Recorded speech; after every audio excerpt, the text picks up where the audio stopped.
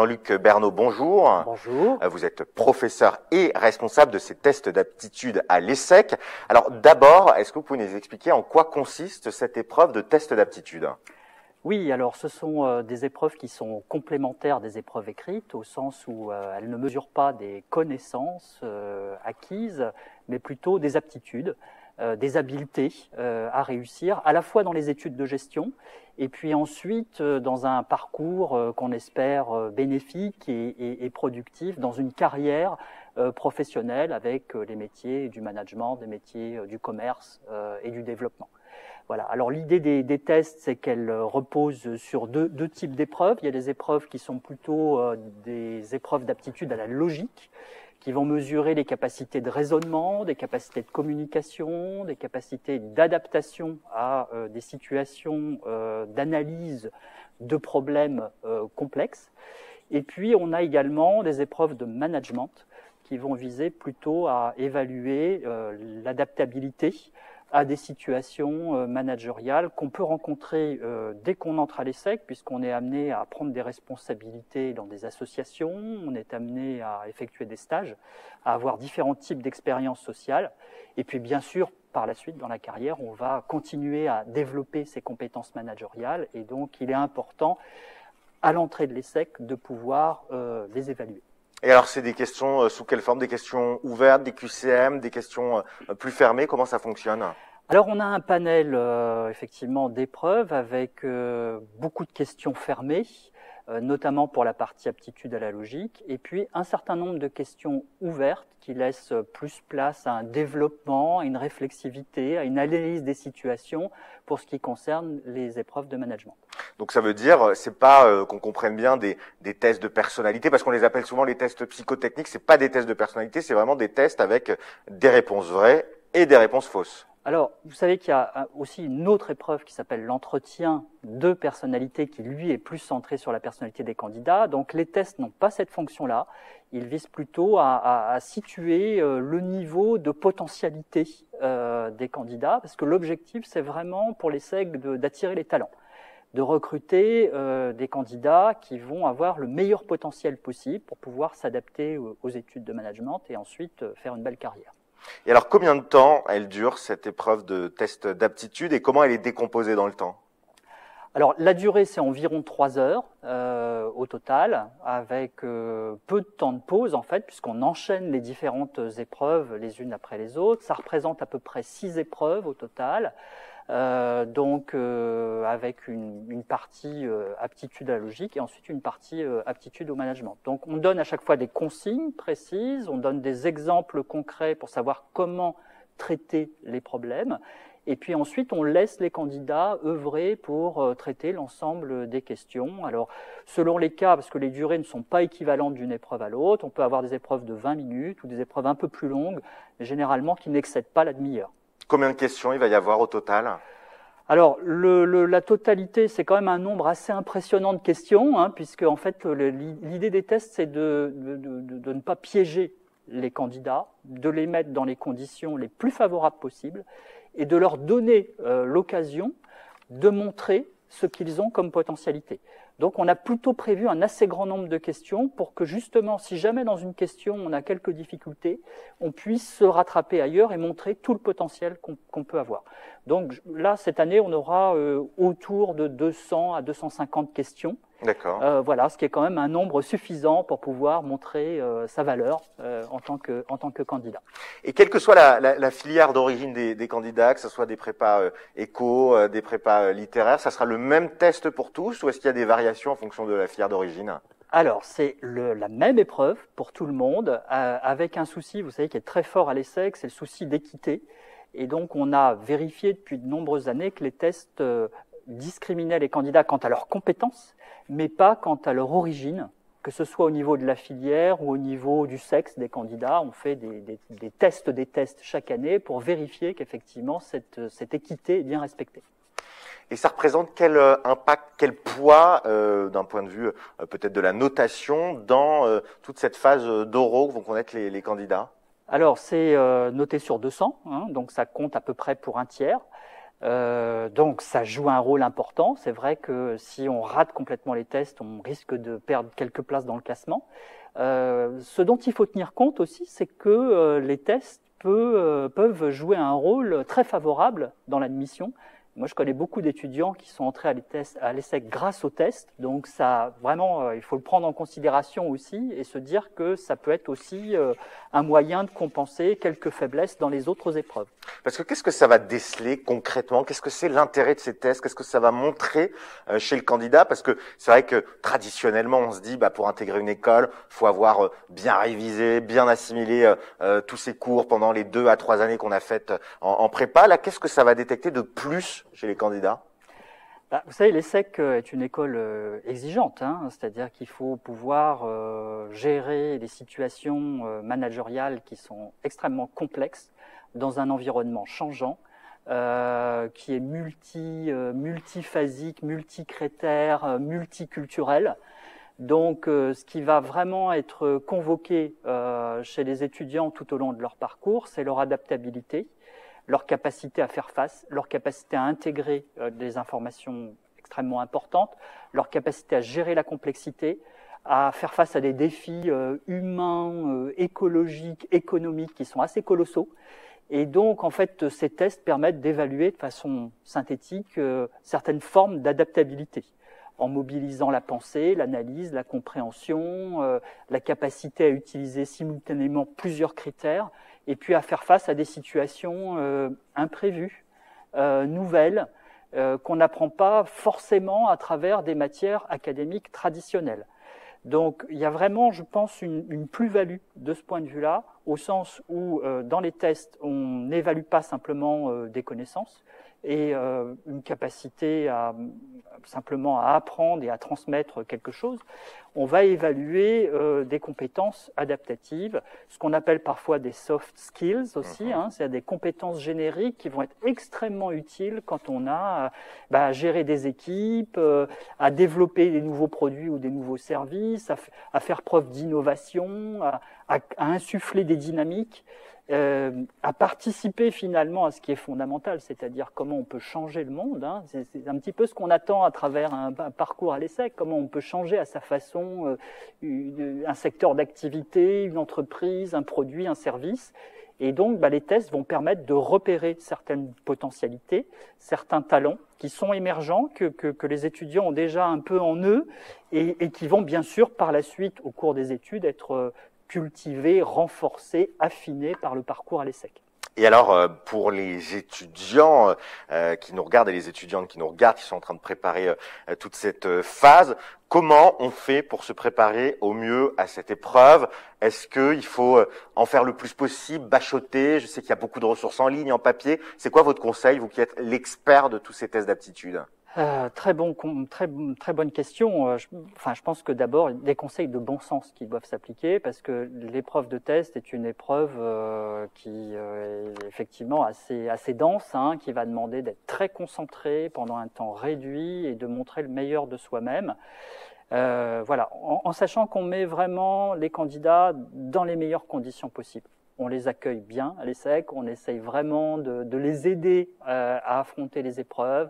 Il y a une brochure de préparation qui permet de se sensibiliser aux différents types de questions posées, de voir un petit peu comment on peut les affronter. Donc tout est fait en amont pour aider au mieux les candidats.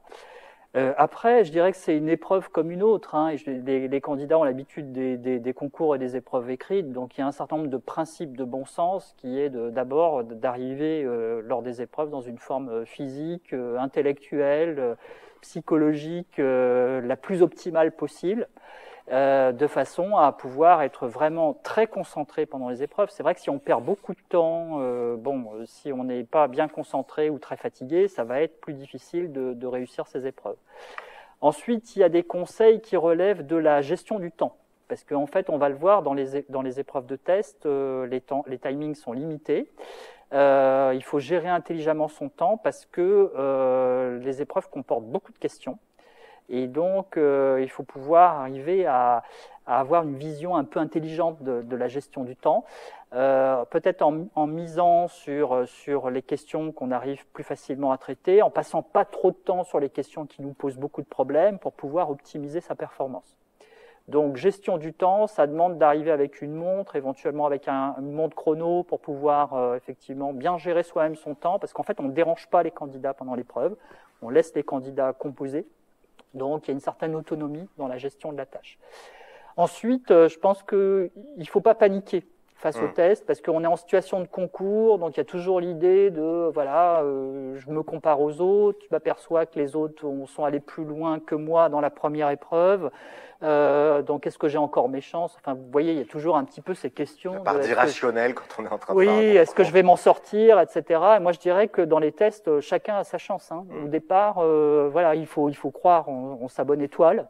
Et il faut y aller à fond. Et si on rate une épreuve, l'expérience montre que c'est pas déterminant, puisqu'en fait, on a prévu un système de compensation qui permet de se rattraper. Et donc, on peut très bien être un peu en difficulté parce que on est face à un support qui nous parle pas tellement. Puis l'épreuve d'après, on va vraiment cartonner, comme on dit aujourd'hui, et on va rattraper complètement et faire une très très belle performance au final qui va permettre d'entrer à l'ESSEC. Donc voilà, il faut surtout rester très ferme dans ses convictions jusqu'à la fin. Nous, on croit dans vos potentialités, on croit dans vos chances. Donc, c'est à vous de nous démontrer en fait vos talents et on les attend bien sûr avec intérêt à travers ces tests. Alors là, c'est vrai qu'on a beaucoup parlé du jour J sur les conseils pour bien réussir et les jours avant, mais là, dès à présent, les étudiants et les étudiantes qui nous regardent, est-ce qu'ils peuvent, par exemple, s'inscrire sur des sites pour passer des galops d'essai, des concours blancs? Parce que je sais que pour la logique, il y a beaucoup de sites internet qui proposent des tests de logique. Est-ce que ça vaut le coup déjà de se préparer ou est-ce que ça peut être une dose de stress supplémentaire qu'on va s'infliger? Alors, il faut trouver la bonne mesure, hein. C'est comme beaucoup de choses, c'est-à-dire qu'effectivement, se préparer, déjà au moins en lisant la brochure que l'ESSEC édite, c'est préconisé.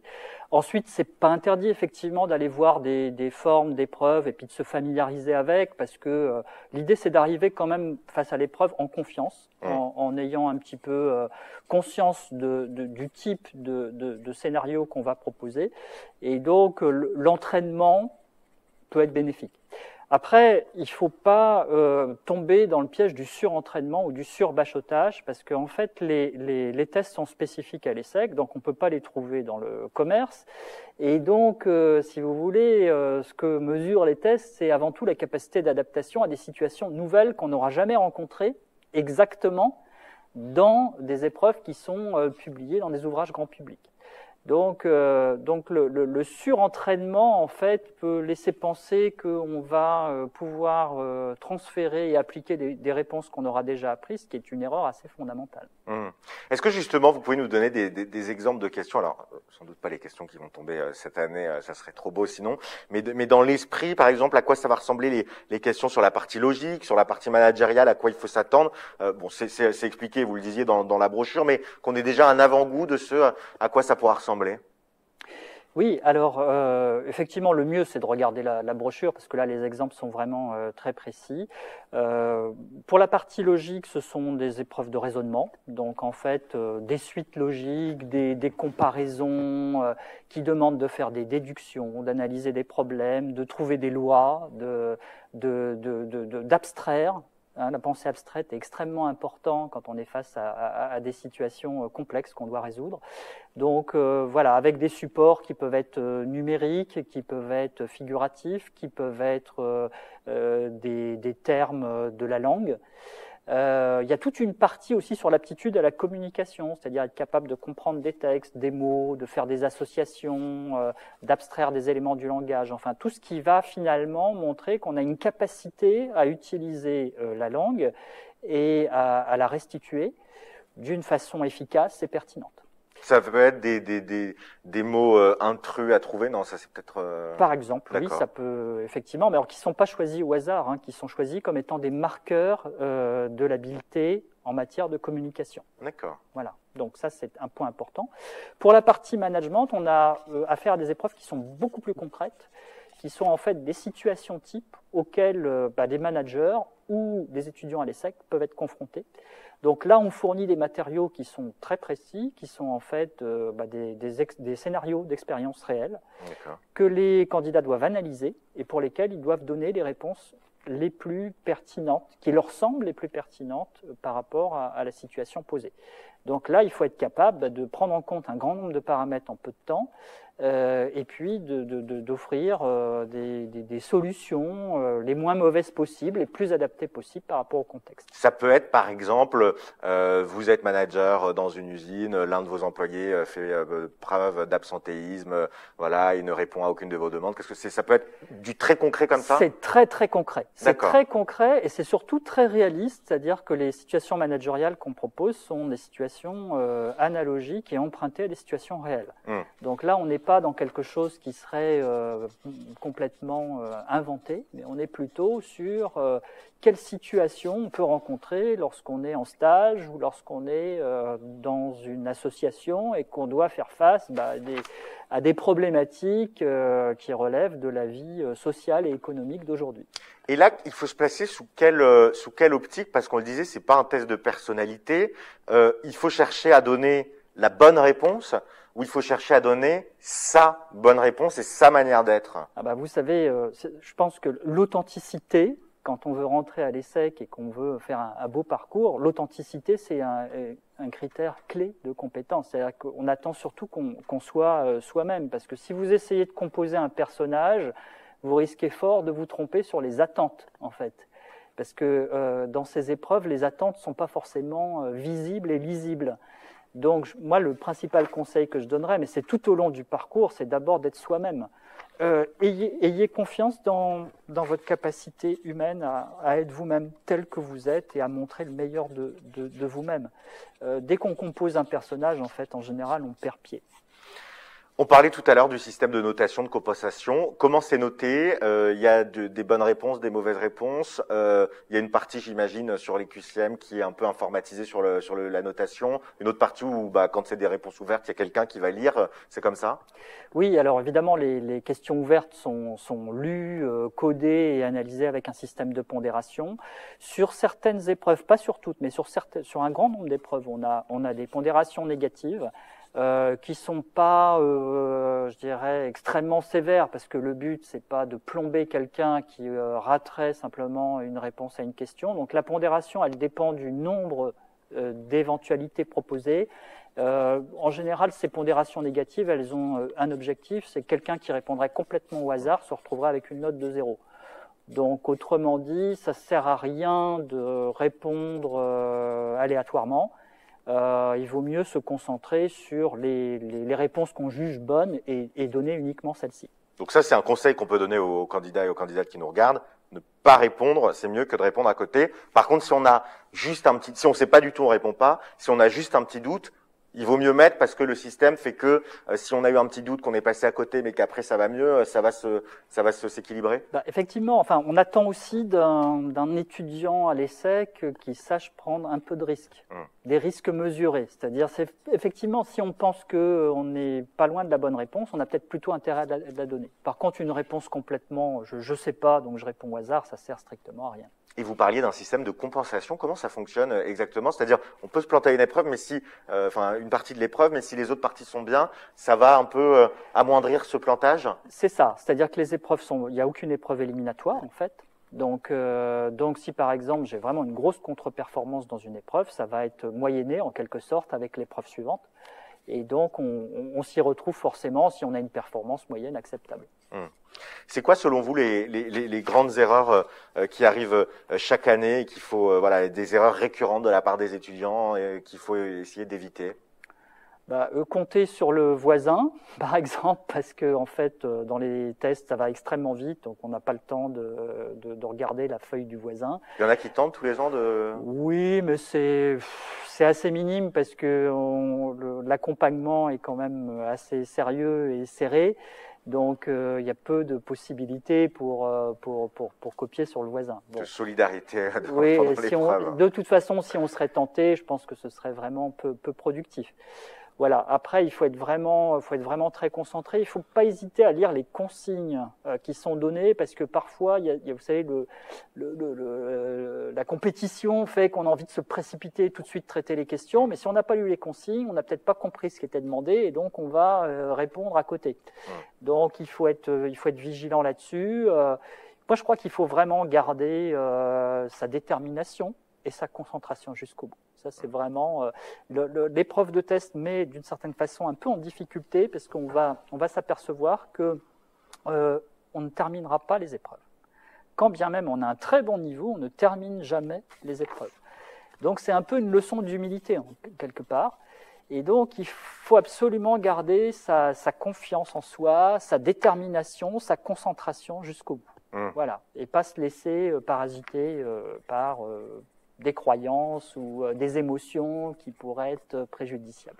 Oui, parce qu'on parlait du système de notation, mais on reste dans le cadre d'un concours, donc il y a une salle qui compose, il y a plusieurs personnes. Si c'est pas très bien réussi par le plus grand nombre, celui qui a le moins bien réussi, alors je sais pas si en termes de logique je suis bon, n'hésitez pas à le dire dans les commentaires, mais celui qui a le moins bien réussi, finalement il s'en sort mieux, quoi. C'est ça. Il faut savoir que les candidats en général traitent à peu près la moitié des épreuves. Alors ça dépend d'une année sur l'autre, mais à peu près la moitié des questions. C'est-à-dire que déjà, si on traite, je dis pas si on réussit, simplement si on traite environ une centaine de questions sur les 200 et quelques qui seront proposées, c'est déjà pas mal. C'est déjà pas mal. On a déjà fait quelque chose d'intéressant. Donc il faut pas s'inquiéter, c'est une information importante, c'est que faut pas chercher à se précipiter, à aller très très vite partout. On part du postulat qu'on ne répondra pas à toutes les questions. Exactement. Alors après, pour tempérer un peu ce que vous venez de dire, le facteur vitesse intervient quand même aussi un peu. C'est-à-dire, il ne faut pas être non plus excessivement lent. Il faut quand même percuter, comme on dit aujourd'hui un peu assez souvent. Et il faut quand même enchaîner les questions et pas rêvasser. C'est quand même un élément qui joue un rôle aussi dans la performance. Justement, la question de la vitesse et d'autres questions, c'est des questions fréquentes qui reviennent beaucoup et qu'on va prendre, que vous nous posez assez régulièrement. D'abord, une première question qui revient souvent de la part des candidates et des candidats. Est-ce qu'il y a un ordre dans la gestion des questions et dans les réponses qu'il faut faire aux questions? Est-ce qu'il faut suivre l'ordre qui est préétabli ou est-ce qu'on peut faire un peu à sa sauce?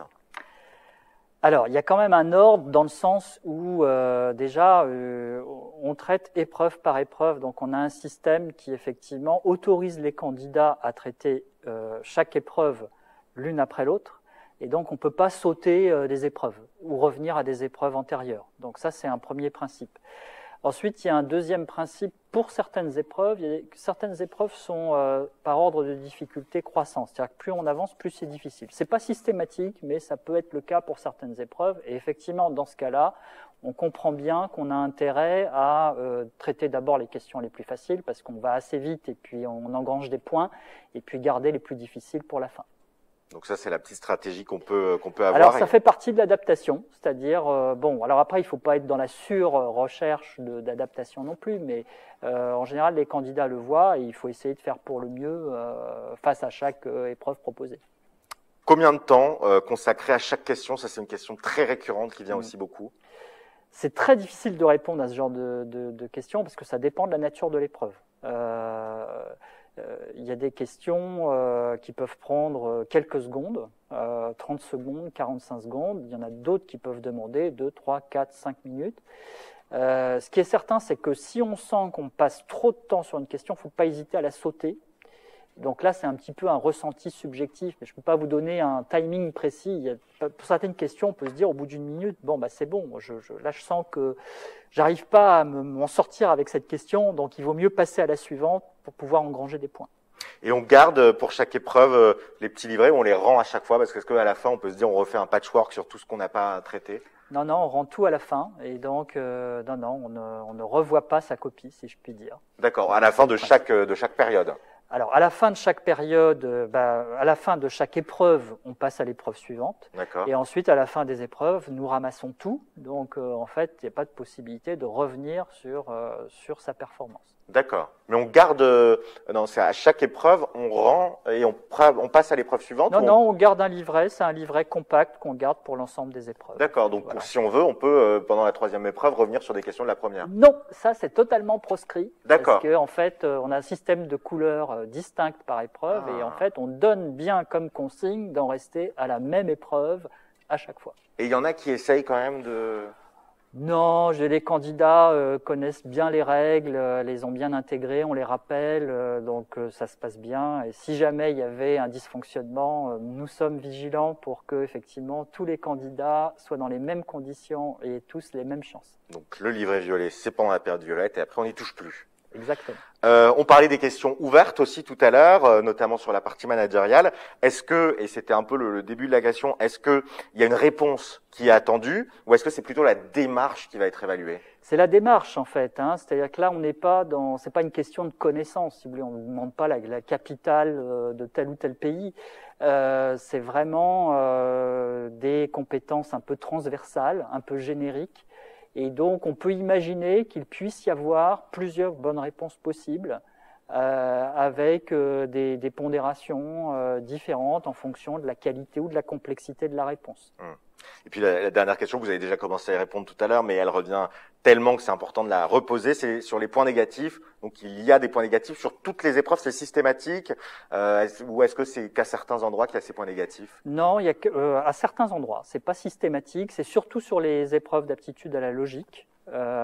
Et c'est effectivement dépendant du nombre d'éventualités qu'on propose. Donc les points négatifs seront plus importants s'il y a moins d'éventualités, de façon à corriger l'effet des réponses au hasard.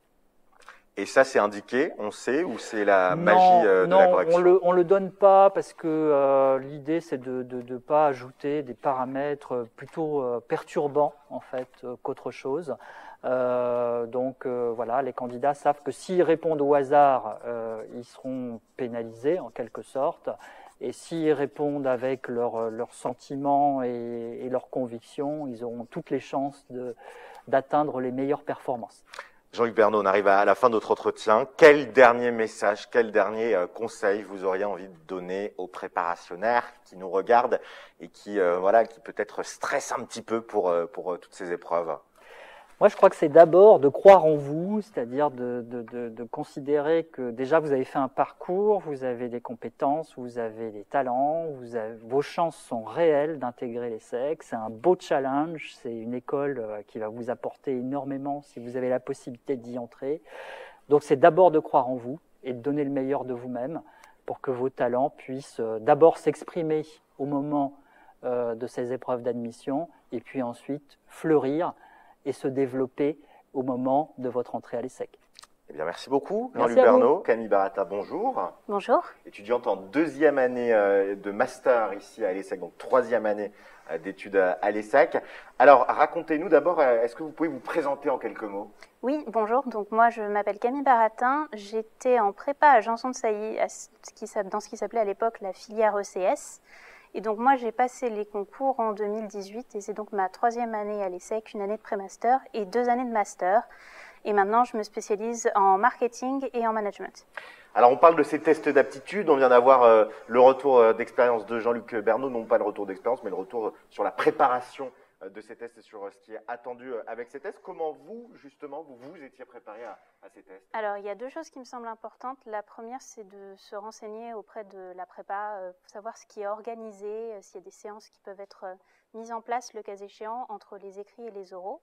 Donc moi, c'est ce que j'avais fait, c'était organisé par Janson. Renseignez-vous suffisamment à l'avance si vous êtes potentiellement concerné, ça peut aider. Et la deuxième chose, c'est tout simplement d'aller à la librairie du coin et d'acheter des gros bouquins d'annales de tests psychotechniques et d'en faire un petit peu tous les jours, peut-être 1 heure le week-end si vous avez le temps. C'est bien pour plusieurs raisons. D'abord, ça permet de savoir dans quel domaine est-ce que vous êtes le plus compétent et est-ce qu'il y a des choses sur lesquelles vous pouvez vous améliorer. Par exemple, moi, je savais que sur tout ce qui était question de français, je n'avais pas trop de problèmes, que par contre, les questions de logique, géométrie, c'était plus compliqué pour moi.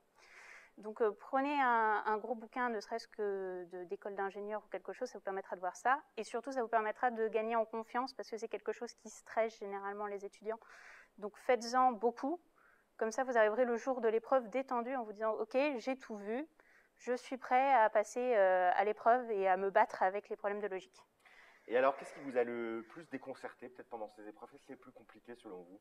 Alors pour moi, qui m'a déconcerté, pas nécessairement qui était compliqué, c'est la partie plus test de personnalité qu'il y a dans la première partie du test. Parce que c'est quelque chose auquel on ne s'attend pas quand on s'attend aux tests psychotechniques. Effectivement, on s'attend aux questions de français, aux questions de maths et aux questions de logique. Et le fait de commencer par un test de personnalité, ça peut être un peu déstabilisant. Et on peut se poser beaucoup de questions sur ce qu'on a répondu et du coup ne pas nécessairement être en phase avec les questions de logique au moment où on passe à cette deuxième partie. Donc c'est juste une question de savoir faire la part des choses, de laisser ce qui est test de personnalité dans le domaine du test de personnalité et ensuite de savoir enchaîner sur ces questions un peu plus classiques psychotechniques. Et alors, quels seraient vos conseils pour le jour J, pour les candidats? Comment aborder l'épreuve? Quelque chose que Jean-Luc nous disait tout à l'heure, c'est que par exemple, il ne faut pas s'attendre à réussir à tout faire dans les temps. Tout à fait. C'est vraiment une question de résilience parce qu'effectivement, le temps est très limité sur chaque partie de question. Donc on ne pourra pas répondre à tout, on ne pourra pas répondre à toutes les questions de manière juste et correcte. Donc il faut tout simplement être capable de se remettre en selle si on a un doute sur une question ou alors si on sait qu'on n'a pas la bonne réponse. C'est pas grave, l'important c'est de passer à la question suivante et de ne pas perdre le rythme. Donc répondre quand on peut répondre, accepter de prendre le risque de ne pas répondre à une question si on sent que ça peut potentiellement poser problème, et continuer et ne pas se laisser déstabiliser jusqu'à la fin. Bon, et quel conseil plus global vous auriez pour les candidates et candidats qui nous regardent? Qu'est-ce que vous avez envie de leur dire, vous qui étiez il y a 3 ans à leur place dans cette attente des résultats? Bon courage à tous, on survit, la preuve en image. Et c'est vraiment un beau parcours à l'ESSEC qui vous attend après. C'est vraiment une école qui va vous permettre de découvrir de nouvelles choses, d'en apprendre plus sur vous-même. Donc bon courage, allez-y et vous ne laissez pas déstabiliser par les tests. Eh bien voilà, merci beaucoup Camille Baratin pour ce retour d'expérience sur ces tests d'aptitude.